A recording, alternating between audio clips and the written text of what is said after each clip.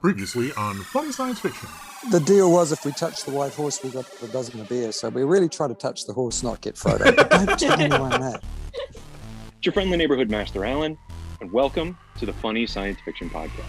The podcast where we turn being a special kind of awkward into being a special kind of cool. It's just our thing. Now, our guest today is a longtime sci-fi and Star Wars fan. So much so that he started a lightsaber company called Level Up Lightsabers.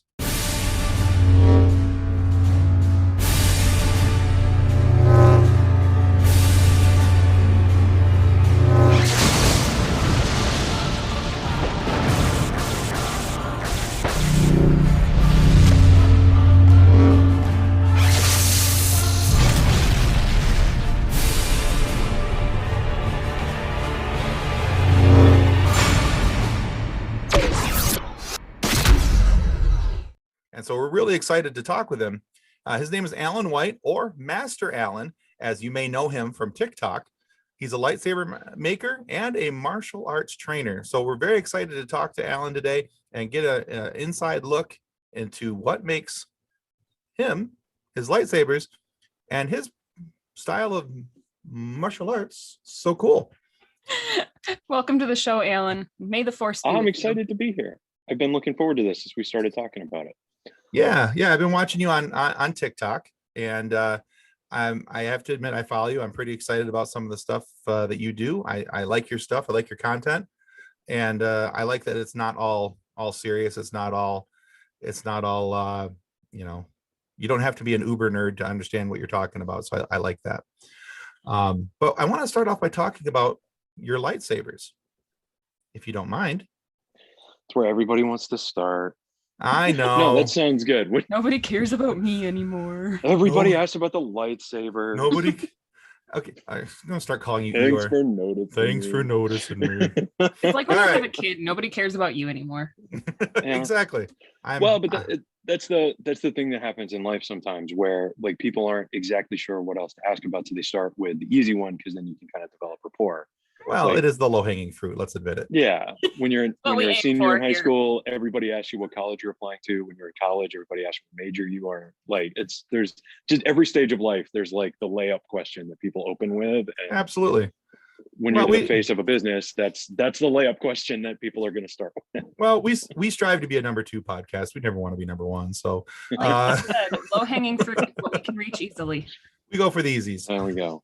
But one of the things, being a Star Wars nerd as I am, a longtime fan, and I love lightsabers, and I've been researching lightsabers so that I, like the ones that I will get to arrive at my house that I get to go vroom vroom with. There's varying levels of quality. There's so many options out there with all these different manufacturers of lightsabers.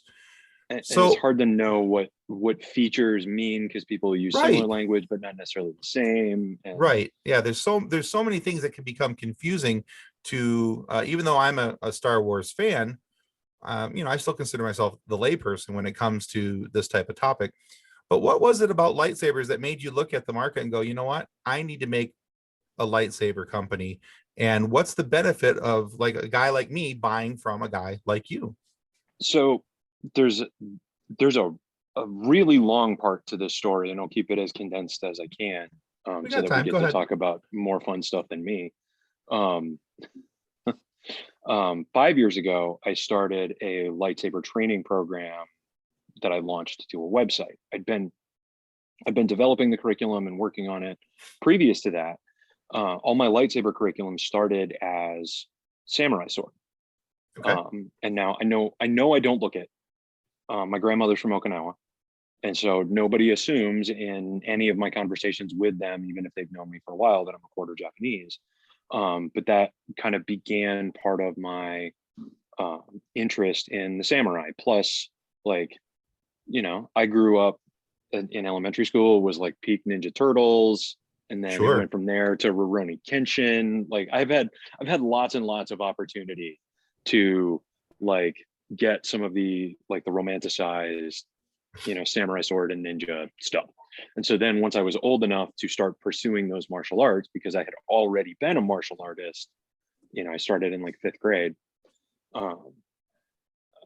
then as a pretty experienced martial artist, as I got out of high school and got into college, I trained in Aikido, which there's a whole section of Aikido curriculum called Aikiken, which is samurai sword.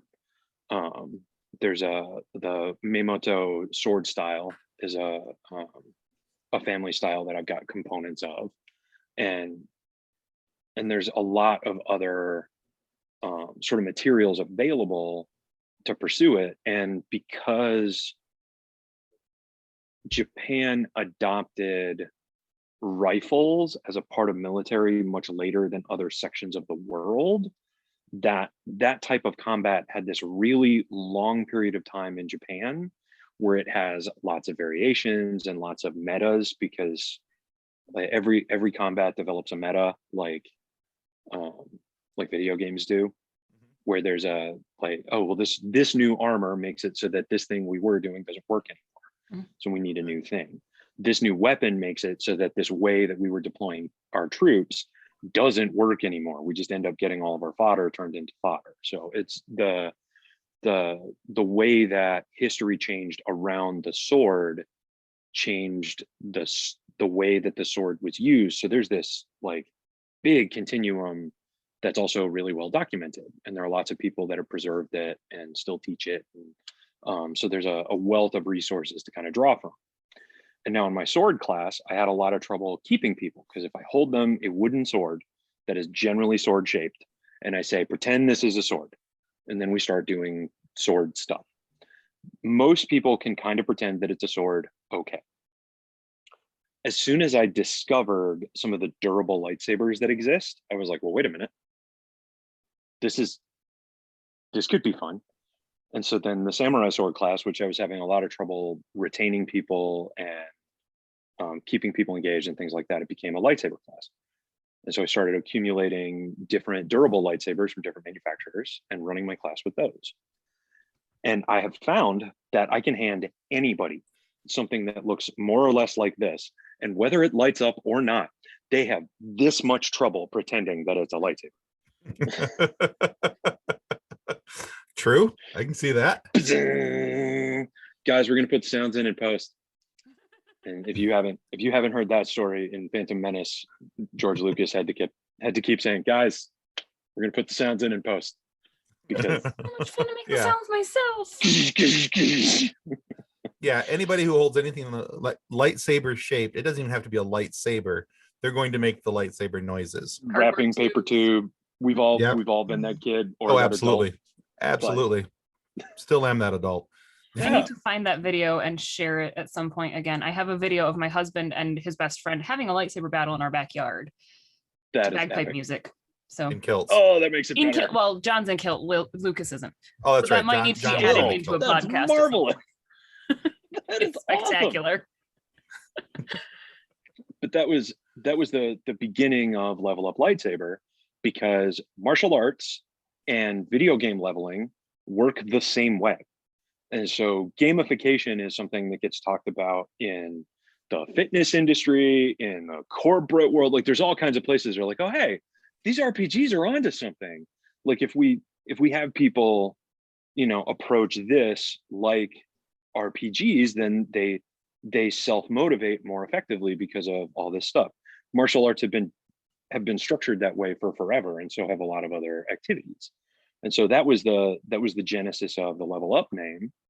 And then during quarantine, where the dojo was, struggling to make sure that we're staying alive, and it's been a very interesting 12 months for a martial arts school, let me tell you. It also gave me the opportunity to start looking at manufacturers for lightsabers, because there are a lot of companies that sell sabers, but there aren't that many that make sabers. Right. Like that's sort of one of the limitations. And now one of the things I experienced as a teacher using a lot of other people's product was that I had lots of really bad customer service experiences. And I am not going to name anybody. Oh, that's fine. We'd rather you because didn't. I don't. Yeah, and because I don't know enough about the internal situations of those, of those companies and everything else. They're also a lot bigger than me. Right. And so those are all things that I don't want to put to the front because it doesn't make sense. But what I was motivated by was like as challenging a time as I had, the times that I needed to activate sort of customer service trees, I basically said to myself, I can't be worse than that. I can clear the bar of what I have previously experienced. Okay. And if I can clear that bar, then I am comfortable starting this, because starting the training site, it was difficult to get people to sign up. There was a strong hesitation from a lot of folks because they either didn't already have a saber, or they had a saber and, you know, the extra expenditure for training or lessons or whatever, there was like a friction there. Sure. And so if I can find a manufacturer that makes something I'm happy with, which I did, it took me a while to tell you. But if I can find a manufacturer I'm happy with, then I can sell sabers, include the membership for free, because I want to be a teacher. I don't want to be Jeff Bezos of lightsaber. Like I'm an instructor. Yeah, I get I'm a that. martial arts instructor. That's like, most people are only good at one thing. And I got martial arts instructor and dad. And so like I got one more than a lot of people have. Fair enough. Working on adding husband to that too, and you know, being a better husband and being a better man. But that was what got me to start. Okay. And then on December 23rd, I went viral for saying that my lightsaber was better than a stick, which I thought was a reasonable guarantee that I could make. Like, I can make a lightsaber that's better than a stick. I guarantee you that it's going to be better than a stick. Lightsaber, stick. That's an accomplishable goal. I would say, yeah, that was pretty safe. But a 250,000 people saw that video in like 4 days. Nice. And that launched me from, well, we're going to try this. We're going to try selling them and see how it goes, to we're effectively on our legs, and it changed my timeline for everything. Nice. And it's been very, very exciting. It's also been dizzying because I'm sure. Yeah, I've popped in on a few of your TikTok lives where you're literally trying to talk to people on TikTok while you're boxing up lightsabers and sending them out and telling people, hey, this is so-and-so's order. Hey, you're in the chat. And by the way, I'm boxing up your lightsaber right now. And it's just, you know, that was kind of cool. For me, anyway, I thought that was cool. There's a lot of just online retail in general. There are a lot of disingenuous websites out there, and it can be really hard when you get advertised to by something. An advertisement and a website will look credible, but the company might not be what they claim to be, and it's really hard to know. Right. And so by being able to pop on live, talk to people, answer questions, and let people see that like I'm physically packaging product, that's something that helps people know that I'm not a scam. No, I think it's a huge feather in your cap, honestly.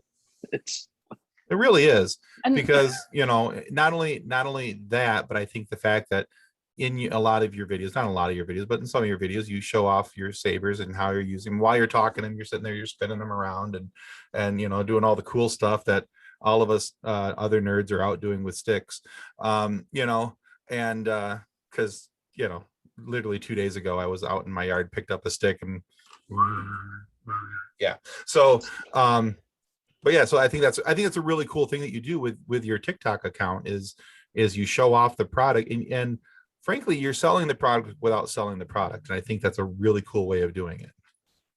And that is one of the benefits of social media and this technological day and age, is that you can connect with small businesses so much easier. And a business like me, I also I get to be a creator. I can hop on and I can have fun, and I can let it be about like the positivity within the community and joy. Because sharing joy is something that, and I have to credit my wife on introducing this to me. But the concept of sharing joy is is such an important thing, and it gets lost in our daily life, and it can especially get lost in social media because everything's so like everything has such a short shelf life now. Like something will go viral and it'll be hot for a day and a half, and then if you're on the end of that day and a half, then you'll receive criticism for jumping onto it late or being a bandwagon or whatever. Right. Like there's just so much like, and one of the things that we'll do without even realizing it, and it's a kind of a sort of a trap of short attention span, is somebody will say, I saw this really cool thing, and they'll show it to you, and then like a lot of people, one of their first reactions will be, oh yeah, I saw that this morning. Right.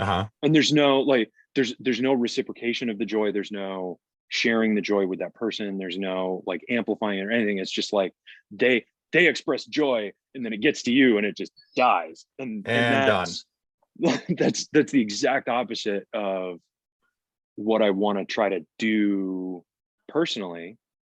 And so having now an audience where I get to put my money where my mouth is in terms of being positive and sharing positivity and giving people a toolbox for that, while also playing with lightsabers as a business expense, but it's not bad, you know. And there's a much worse ways you could go about things. Yeah, for sure. So let's talk about your fandoms a little bit and the things that got you to where you're at. So clearly you talked about like Teenage Mutant Ninja Turtles and that kind of stuff as you were growing up. But what are some of your sci-fi influences? If you were to say, here's my things, the cube that shaped me. What are your like say top 5 sci-fis? There's so much, because there's a lot of the sci-fi from my youth was really focused on, and because Star Wars is a good example, hope, challenging adversity, possibility, right? And so I was a Star Trek fan, something that has not always been popular to say in the Star Trek community. And at this point, I'm an adult, so I'm not worried about it anymore. Deep Space Nine is my favorite Star Trek. Cool. There's so many really cool things they got to do with that show because of the format and the form and everything else. Like, and it's full of really, really challenging situations that people have to navigate through with cooperation and empathy and like that sort of thing. It's not people having to turn to somebody that has all the answers and all the abilities and then letting them work. It's a lot more the ensemble. Like the Spider-Man cartoon was a huge part of my existence for a while. It was the Fox same company that did the X-Men cartoon. For whatever reason, Spider-Man clicked with me a whole lot harder. And I'm very excited that is now on Disney Plus, so I get to share it with my kids when they're a little older. I love Disney Plus. Oh boy, that's that whole. Oh, it is. I love so much good stuff. The Marvel animation. When I found it on Disney Plus, I was like, oh, so. Hey, honey, you're not gonna see me for like a week. My husband and daughter have been watching so much stuff together. Yeah, and there are so many things that are very evergreen from that, like they're like the stories are interesting, the things that have sort of lessons, the lessons are still applicable. Between Disney Plus and HBO Max right now, those are my 2 favorite streaming services. HBO Max has picked up all the old DC comics, the Justice League comics, and they're owned by Warner Brothers, so it's like that's all the same. Oh man, and so the original Batman series with Conroy and Hamill and all those guys in it, and it's just holy cow! It's an amazing, like everybody that worked on that's one of those things that you can look back at that point in your career and recognize how special that show was, like just how incredible it was, especially for its era, and how ambitious it was in terms of what it was trying to do, but the way it was able to do it. I have a dream that one day we'll be able to have those guys on, that I'll be able to sit, and talk with Kevin Conroy, and I'll be able to talk with Mark Hamill. And once I'm done giggling from fanboying, I would like to be, because that's going to be a thing. Trust me. You have giggled no way around so it. hard with some of our other guests that I can only imagine. Yeah, the level of giggling would be intense. But I'd love to sit across from them and tell them thank you for making my childhood awesome. With their work and what they did, because I hear other people try, doing Batman, and I'm like, no, you're not Kevin Conroy. It doesn't work. One of the things that you mentioned at the beginning, and since I'm responsible for derailing us, then I'll take responsibility for getting us back on tracks. Go for it. Okay. Is having a sort of the question or the uncertainty around like what different things mean in the lightsaber industry. Yeah. And I mentioned this at the top, since a lot of people use similar terminology for not necessarily the same thing, it makes it really hard to know what you're getting unless you've bought a lot of stuff or somebody that you can ask to sort of translate everything into same jargon. Right. And then on social media platforms like TikTok or YouTube, there is something that gets referenced a lot called NeoPixel.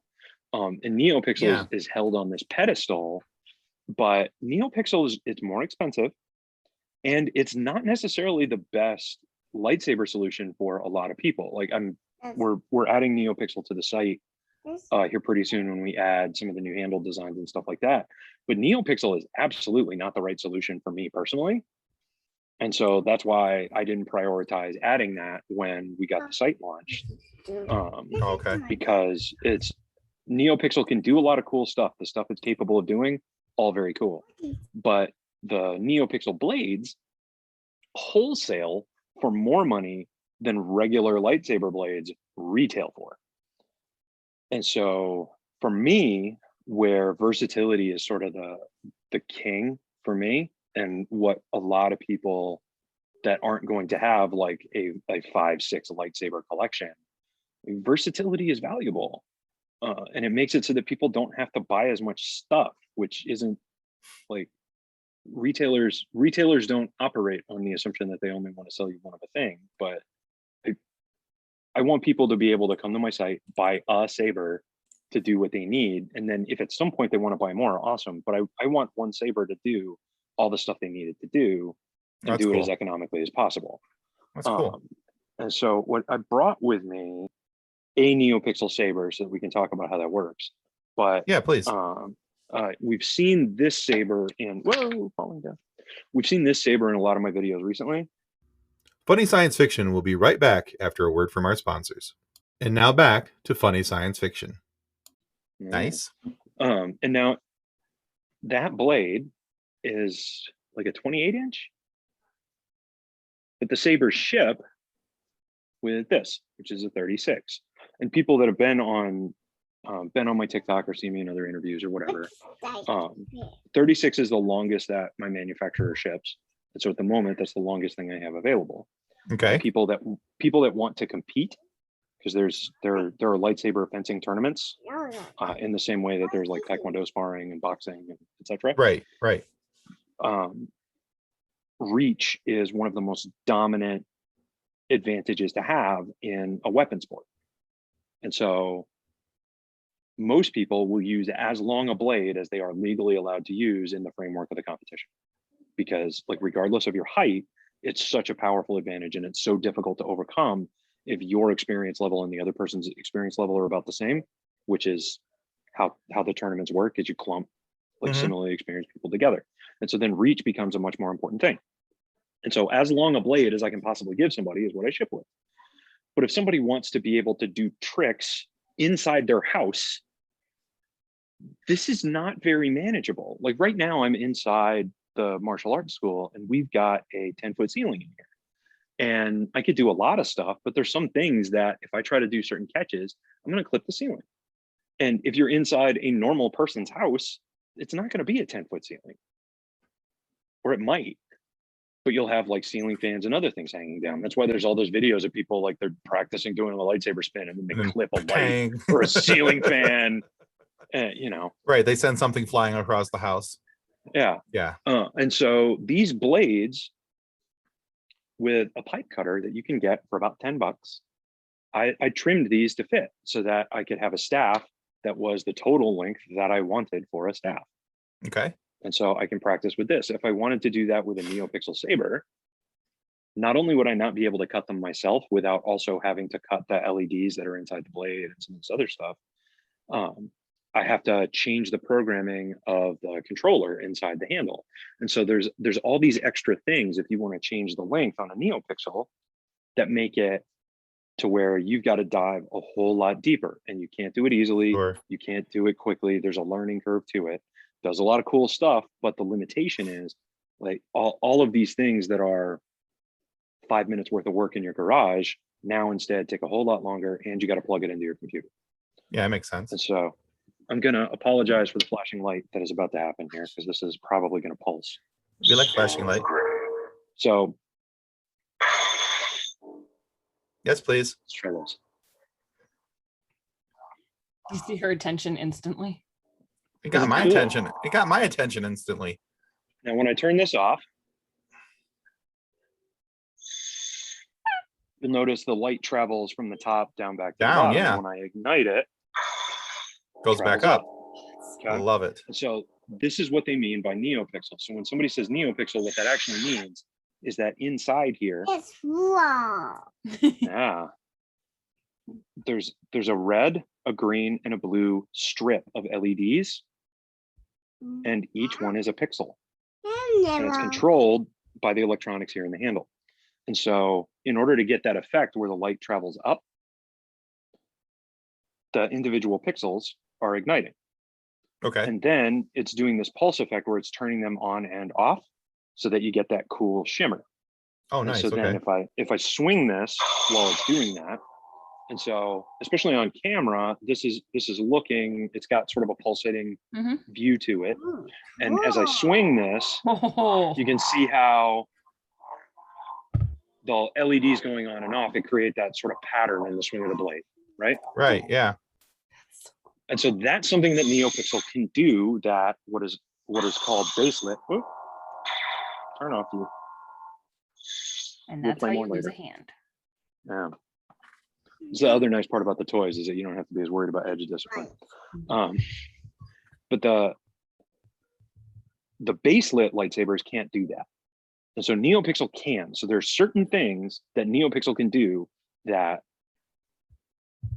baselit or RGB lightsabers can't. And so this lightsaber is what's called baselit. And that means that the light is right here in the base. Okay. Okay. And so the light on the inside of this thing, it just looks like a flashlight. Oh, you weren't plugged in, were you? Oops. That's my fault. Stay. I think Use this one. And so this is it's just a flashlight. And there's a speaker down here, so it's a flashlight that makes noise. And this is just an empty tube that has a cellophane inside of it to carry the light up the length of the blade so that you get more even color. Okay. And now you'll notice with this one, and so we've got brighter light here, and we've got this section up here that's a little bit dimmer, and then bright again as it gets to the end cap. Right. Okay. And so there's most of these, most of the companies that make these, the end cap's got a little mirror on the bottom of it that will reflect light from here back down into the top third so that you get more even light end to end. And then certain colors, it's going to look better than others on film. And it's always going to look different to your eyes than it does to the camera because the lights in these things are so bright. It can be really, really difficult for a digital camera, especially to translate what it's seeing. And so some of these are so bright that they get halos when you photograph them. Like you can see the light on my hand there in the film, right? Yeah, yeah. And then as I get closer, even with this ring light pointed at me, the light off of this, you can see this whole red tinge that this creates because of how much it's emitting. And so inside this, and I'll show you guys what the electronics look like naked here in just a second. But there's an LED with a red, a blue, and a green diode. And so the combination of those three colors can make everything except for brown, gray, and black, because black isn't on the light spectrum. Right. And so cyan, dark blue, red, pink, purple, white from a couple of different directions, like everything is on the color wheel. And so this emits that the same way that like I love all these colors, Mommy. you love all the colors. That's excellent. That's part of the reason why I picked this manufacturer, because this is how it works. Whereas there are some other manufacturers that they have pre-programmed colors. Right. And so you can cycle through a certain number, but ultimately it comes down to, normally they have red, blue, green, purple, thanks to Mace Windu. And then sometimes they have orange, sometimes they don't. Sometimes they have a couple of different yellows, sometimes they have one yellow. And this gave people the flexibility, back to that, so that if they had an original character that they wanted to cosplay, they can attune their color to them without having to kind of be, fixed. And then it also makes it so that a cosplayer that has a lot of light and dark side characters and things like that, they can get one thing. That's cool. Because cosplaying is already so expensive. Right. Yeah. No, that's a really cool idea. I like that. So you offer your subscription to the online videos for lightsabers, or for lightsaber combat. So, I mean, obviously it's exercise, it's physical activity. So what are some of the physical benefits to learning lightsaber combat forms besides being able to choreograph these cool fights with your friends? One of the most common things people talk about struggling with workout programs, nutrition programs, other things, is the motivation to continue. And so if it's something that has an output that you're excited to have, like choreographing something cool, and the activity itself is more fun, it's easier to stay disciplined to continue doing that. Because any exercise program, the thing that makes it work is discipline over time. And so there's that. One of the really beneficial things to sword work in general, and lightsaber lumps in with this, is posture, because you have to work so much stuff in your high back and middle back for it to all function correctly. And so most of us spend a lot of time kind of like this, or like this, because it's a phone. And so like all these muscles that we don't use for posture, well, in your training you do. And one of the nice things about doing a physical training that is consistent over time is that then when you're not training, if you're putting your body in a shape that's powerful, or a shape that works better, your body's going to choose that. If it's something that's better for the body, your body will choose it. But if you create a habit of being out of that shape, then your body returns to that shape because you created the habit. And so if you expose it to a better shape, it'll choose it more often without you actively thinking about it. And so if you work at a desk, one of the things people recommend is like taking breaks to stand up and adjust and walk around, because being sedentary can be so bad for your body. It also, being sedentary, cements all of these bad body shape things. And so if you've done lightsaber training or weapon training in general, then posture gets affected, and then it has ramifications other places. You might be standing in line at a grocery store, and your body will sort of like, you'll just sort of get the message. It's like, no, this is better, and you'll just do it unconsciously. And that's one of the nice parts about martial arts in general, is it has these health effects outside of training that are, it makes you hold your body in a shape that's better for your body, where your lungs work better, your heart works better, your circulation's better, you think clearer, all that stuff. Mom, show my baby now. Okay. Do you want to ask him a question? This isn't mine. No, not just. Do you want to ask him what his favorite color lightsaber is? Oh. Blue. You have a blue lightsaber. You're right. Oh, you have a blue lightsaber? Is blue your favorite color lightsaber, or do you like other colors too? What color do you like? I love yellow. Her favorite color is yellow. Oh, that's a good one. Yeah. Master Allen has a lot of yellow stuff. Mom, what's two babies? How did you do that? Mommy's favorite color is purple. No, I would love a purple lightsaber, I don't like. but I'm not quite Samuel L. Jackson level cool. Just the story behind the purple is so excellent. If I you- love that if you haven't story. heard it. It's so fantastic. Daddy's favorite color is Favorite lightsaber color, I can't pick one, which is one of the other reasons why I landed on a lightsaber that lets me cycle. Because I really like using purple. I really like using yellow. I do really like using purple and yellow together because the contrast is really cool. Mhm. But caveat, so I'm originally from Massachusetts and I'm a Boston Celtics fan. And as a Boston Celtics fan, I need to recognize that all of the evil in the entire world is caused by the Los Angeles Lakers and sometimes the Philadelphia 76ers. But so the Los Angeles Lakers are purple and gold.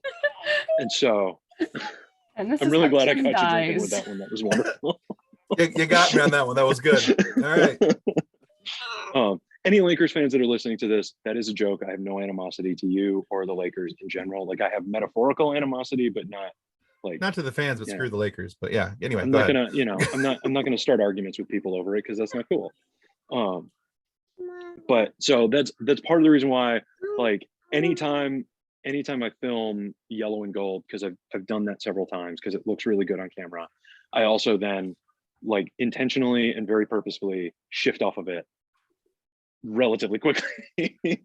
And it's just like, and I realize it's kind of childish. I recognize that, but I'm okay with that.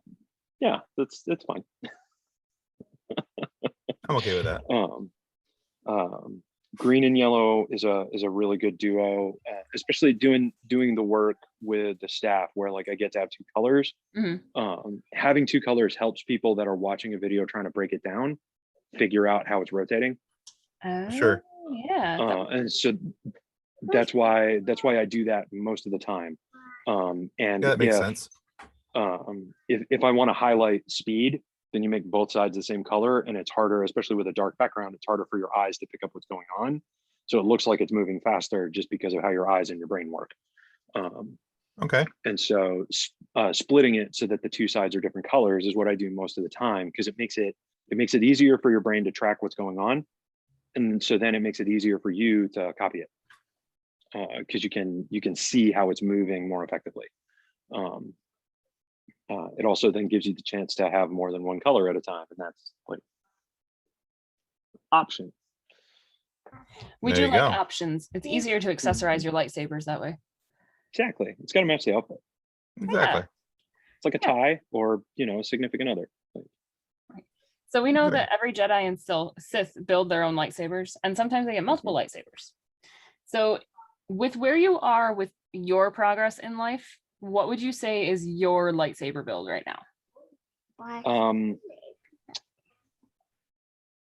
Oh. So this is what the tube looks like, and actually, this is one of the things that I filmed that is going to debut somewhere in the next couple of days, because somebody asked this question as a TikTok sort of a thing. So this, if I was only going to sell one thing on the site, it would be the gray XP boost handle, and it's this, because there's not boxes and like random things sticking off the side of it for me to rip my hands open on. Most of the lightsabers from the films and the shows and other stuff are just littered with things that will rip your hands apart. Right. And so like that's not something I want. Yeah, they're made for look, not for function. They look cool. They look do- really cool, but they're hard to use. I do have a follow-up question on that. Are there Phillips head screws in that one? This uses a 2mm I hex. love doing that. 2mm hex. Ah. Um, I've just seen that picture online so many times of in a galaxy far, far away, a long, long time ago. They used a Phillips head screwdriver. It's like, it's not like a it hex key is works. any like it's not like a hex branch is any different. What's a falcon? Right.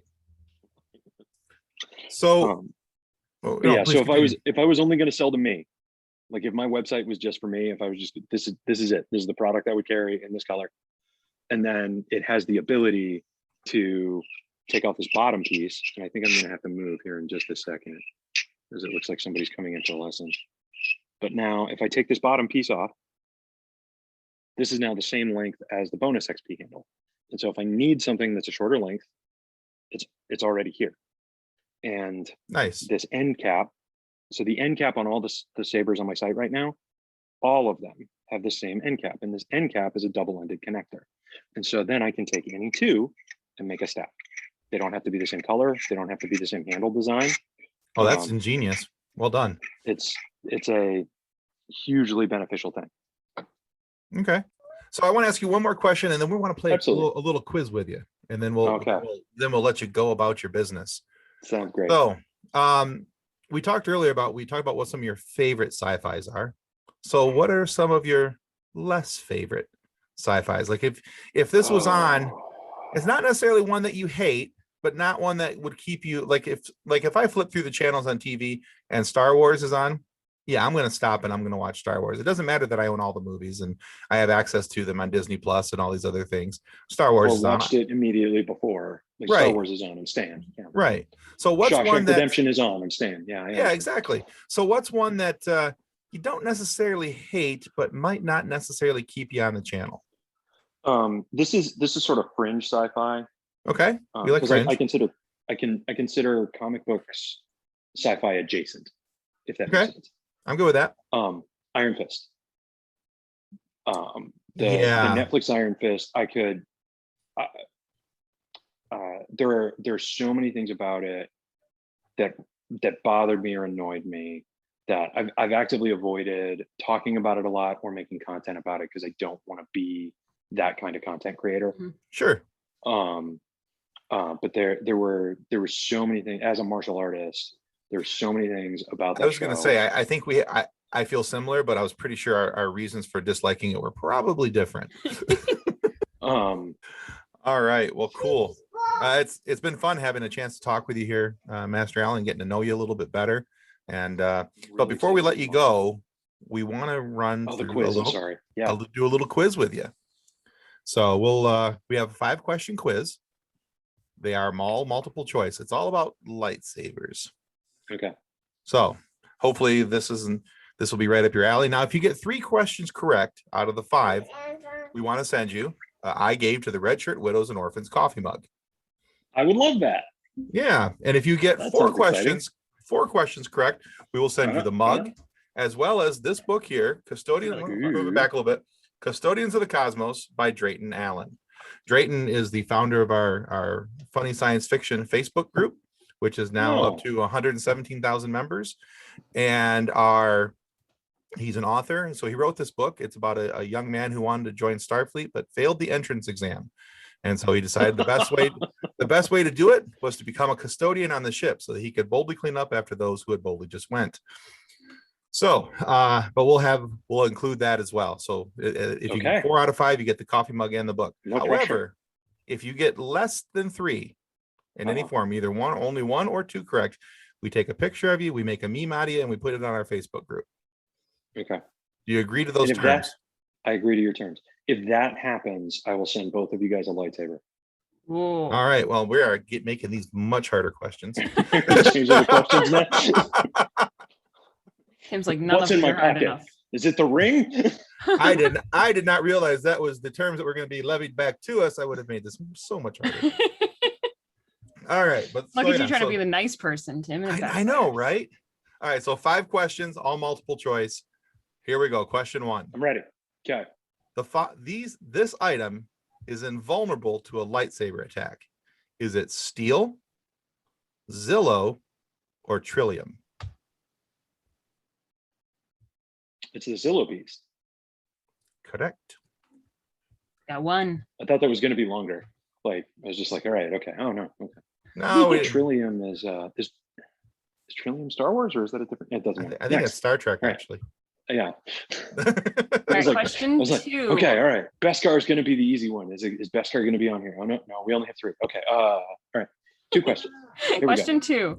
The main ingredient of a lightsaber that without it, the lightsaber would not work is A, power coils, B, modulation circuits, or C, cyber crystal.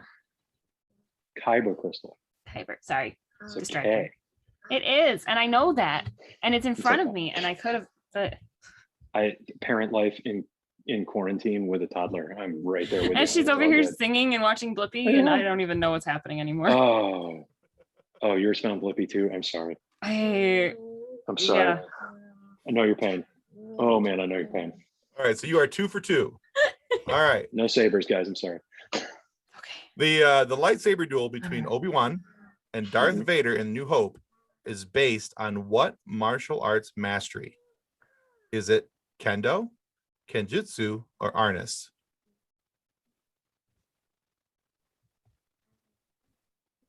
So Arnis is one of the Philippine martial arts. So Kali Eskrima Arnis is usually it's called FMA as like a Google search. It's not that.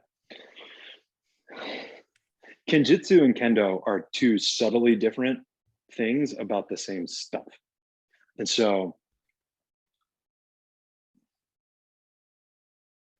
I will say that one of these is the answer and the other one I just threw in because Google said it was pretty similar. and so the answer should be Kenjutsu. Whether that is actually the answer or not is sort of secondary, but it should be Kenjutsu. But because Kenjutsu is, or more accurately, Kendo is Kenjutsu sport. Okay. Well, see, the article called it Kendo. So okay, so Kendo is the hardest competitive martial art in the world. And so just so that you can appreciate this, hold on. All right. So the sword you use in Kendo is called a shinai, and it is strips of bamboo that are tied together with some string so that when you get hit by it, it doesn't bruise as often. It doesn't hurt any less, it's just less likely to bruise. Now, there is a piece of leather about this far down from the tip. And if you hit your opponent with this section of the shinai, it doesn't count, no point. So you got to hit them with this part. And in most Kendo, you're not allowed to stab them. And so you got to bonk them. You can't stab them. Now, there's a string because this is round and there's a string and the string shows the judges where the back of the blade is. And so if I don't hit you with the edge, I don't get a point. Oh, okay. All right. And now, come on through, Claudia. And now this is where it gets bonkers. The point areas are do, mang, and kote. And if you don't call it before you hit it, no point. Oh, wow. Also, if you don't hit hard enough that the judge determines that it would have worked, no point. So it has to have been hard enough to kill him, have to call it before you make contact, has to be the right part of the round blade. The round blade has to be oriented the right way in order to get a point. So it's very much not just whack-a-mole. So but yeah, so I believe you that it's Kendo, that's fine. Kenjutsu is just samurai sword work in general. And then because Ken is the Japanese word for sword. Okay. And so Kendo is the fencing, and that's like, you know, all the kit and bamboo sword and all that kind of jazz.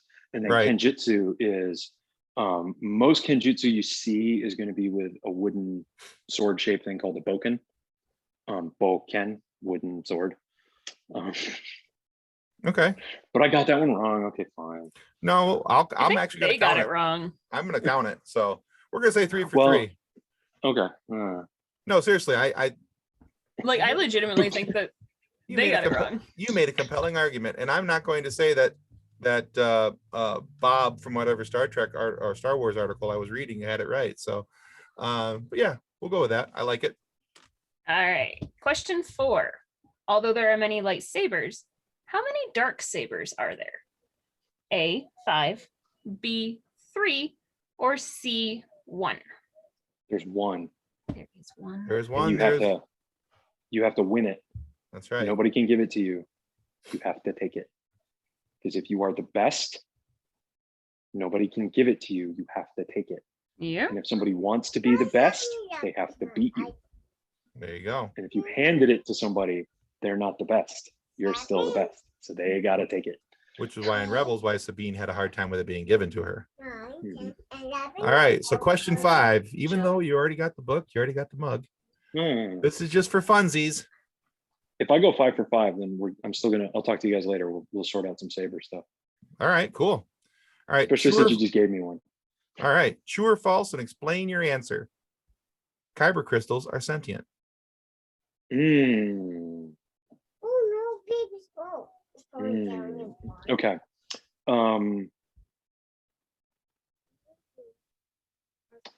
I'm gonna go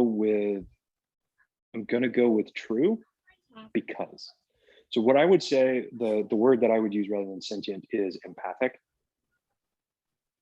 Okay. And because the new canon, Hey. Oh. a kyber crystal chooses its owner, Correct. and a kyber crystal chooses its color based on the owner. Correct. And so it's hard to say that is inherently sentient because they don't display other facets of sentience. But and this is something I really, really love about the new canon, side note, is what they have done with kyber crystals. The idea that it's an emotional connection with the creation of the lightsaber, I think, is fantastic. Yeah. The making it so that the color of the blade is not your job, it's a reflection of your personality, is like, I really love cool. what that says, and it makes it so much easier for people to connect, I think. Yeah, I like the fact that it's talking, it shows who you are, not what you do. Yeah. So 5 for 5. All right. 5 for 5. You not one of these days I'm going to make these quizzes a lot harder. Clearly that was not today. Don't. If you have a loser on your show, it makes it less fun. Well, we've had a couple that are meme worthy, and had you made it into the memes, you would have been in pretty decent company rather. Dan Povenmire is the co-creator of Phineas and Ferb, is one of our meme recipients. Another gentleman. To Povenmire? Oh yeah. I watched that episode. What am I saying? But still, it's one of those that you're like, oh, you got to, yeah. And that's how I coming felt up the whole time doing it too. And actually, just a couple days ago on Monday, it'll be coming out in a few weeks here. We just talked with Anna Graves, who voices Duchess Satine. So that'll be coming out here shortly as well. Really good company. God. That was a really cool interview too. Yeah. So, and we talked with Julie Dolan, who did the voice of Princess Leia. But as far as meme recipients so far, it's just been Povenmire, Frank Duran, who hosts the Warped Shelf podcast. Frank is one of my favorite guests we've ever had on here. We also brought him back as a guest host. Frank is a trip. I love that guy. He cracks me up. He's from Boston, gets real worked up on things, and he's just a cool dude. And then also we have who is the other meme recipient? Robin Curtis volunteered to be a meme. Oh, that's right. Yeah, Robin Curtis. She played Lieutenant Savak in Star Trek 3 and 4. Oh yeah. So she volunteered for a meme, even though she got the quiz. So yeah, even though she got 5 for 5 on the quiz. Yeah. So you would have been in good company had you got it. So I mean, I'd meme. That's fine. I'll meme. There you go. Do you guys want to meme me? I'll meme. Sure. What do you want me to do? Tim's always good for memeing. That's right. What do you want me to do? Well, hold on a second. I'm making your picture bigger so I can take pictures of your picture. It's a thing. It's a process. Then there's the technology that needs to work along with it. Whatever you would like to do. That's good. I like that. There we go. I'll just take about half a dozen pictures. There we go. And we'll find the one that works. They're always a good one. I'll make something out of it. That sounds good. Awesome. So well, thank you so much for being on the show. Longer. I'm sorry I'm so wordy. No, that's you're okay. fine. Thank you for being on the show, and thank you for rolling with it. It's been a day. So come back, I'll bring my daughter or my son. There you go. So can you give us the information so that people can find your website and your TikTok and everything? On TikTok, I am at Level Up Light and then the number 1, which implies that at some point maybe there'll be more of us. I don't know. The website is www.leveluplightsaber.com, and that gets you to the training site. And there's a link to the shop site there. So if you are in the market for a lightsaber that's better than a stick, I know a guy. Right now we've got 3 handle designs. There's the bonus XP, the XP boost, and the shroud. And I've waved all of those at the camera at some point today or another. And we'll be adding NeoPixel soon for the people that need NeoPixel. For the people that don't, everything's base lit, which we already talked about. But that's who I am. It's what I do. Yeah. We will definitely link the website and your TikTok in our description so that people can find you super easily. Appreciate that. Yeah, we'll put all that information in there. So we want to remind everybody that subscribing is the single most important thing that you can do to ensure that we get more amazing guests like Master Alan here and funny moments for you to listen to. So please subscribe. It's going to do us a world of good. And then when you're done subscribing to our YouTube and our podcast on your favorite podcast destination, go over to TikTok, subscribe to Master Alan as well. You won't be disappointed with his content. I'm a subscriber. I follow him on TikTok. I think his stuff is great. And by the way, if you are not happy with the content of our video today, all you have to do is submit, in triplicate, of course, to our Chief Complaint Officer, Hu Yang, who is also a lightsaber droid. He will review your complaints in the order that they have been received when he has free time, when he's done helping the younglings assemble their fancy Force labor swords. So you might be waiting a bit. It's a thing. Thanks again, Master Alan. We really appreciate having you on the show. Thank you so much. I hope I get to talk to you guys again. Oh, I'm sure we will. Goodbye, everyone, and thank you for watching. Goodbye. Our show is brought to you by our charity sponsor, the Red Shirts Widows and Orphans Fund, which supports the Wish Upon a Teen Foundation that helps out sick kids when they need it most. And just imagine the comfort you'll give Red Shirt crewman number 64.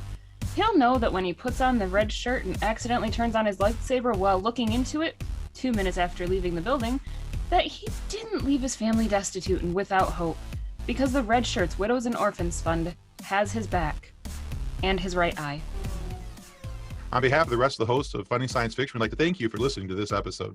If you'd like to be a guest on one of our future episodes, please contact us by means of our Facebook group, Funny Science Fiction. You can find us on Twitter or Instagram using the handle @FunnySci-Fi, or you can go to DraytonAllen.com and click the Contact Me link at the bottom of the page. Thanks again. Hope you enjoyed the episode. Copyright 2020 by Drayton Allen. Original music by Jordan Michaels. Reference to any specific product or entity mentioned in this podcast does not constitute an endorsement or recommendation of or by Funny Science Fiction or its sponsors. The views expressed by guests are their own, and their appearance on the program does not imply an endorsement of them or any entity they represent. If you have questions about this disclaimer, please contact us via email at DraytonAllen@DraytonAllen.com.